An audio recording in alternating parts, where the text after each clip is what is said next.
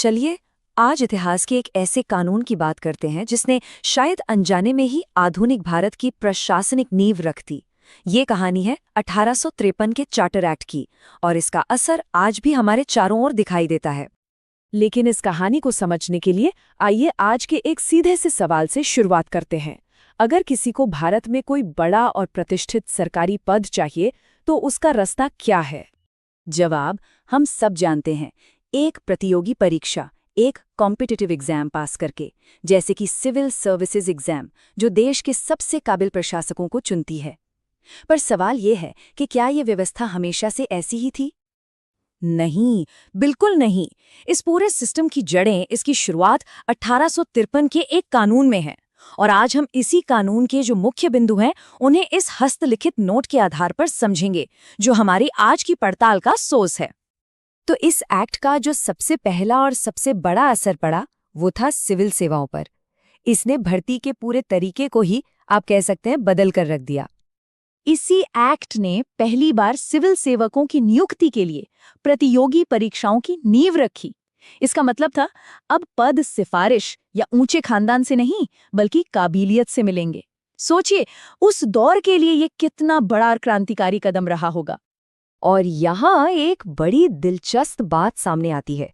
हमारे source note के मुताबिक दुनिया में प्रतियोगी परीक्षाएं शुरू करने का श्रेय ब्रिटेन को नहीं बल्कि चीन को जाता है। ये एक ऐसा तथ्य है जो अक्सर इतिहास की हमारी समझ को थोड़ा चैलेंज करता है ना? लेकिन ये एक्ट सिर्फ भर्ती प्रक्रिया बदलकर ही नहीं रुका। इसने सरकार चलाने के तरीके में भी एक बुनियादी बदलाव किया और शक्तियों के बंटवारे यानी सेपरेशन ऑफ पावर्स का सिद्धांत लागू किया। इस एक्ट ने पहली बार गवर्नर जनरल की परिषद के कामों को साफ साफ दो हिस्सों में बांट दिया। एक तरफ थे विधायी कार्य यानी कानून बनाना और दूसरी तरफ प्रशासनिक कार्य यानी उन कानूनों को लागू करना। और असल में यहीं से भारत में शासन के आधुनिक ढांचे की शुरुआत हुई। इस एक्ट का शायद सबसे दूरगामी असर एक नई संस्था के जन्म से हुआ। एक ऐसी संस्था जिसे आगे चलकर भारत की पहली छोटी संसद या मिनी पार्लियामेंट कहा गया। पहली बार कानून बनाने के काम को प्रशासन से अलग करके एक डेडिकेटेड संस्था को सौंपा गया। यही थी केंद्रीय विधान परिषद, जिसे पूरे भारत के लिए कानून बनाने का अधिकार मिला। तो इस तरह एक नई परिषद के गठन से एक प्रक्रिया शुरू हुई।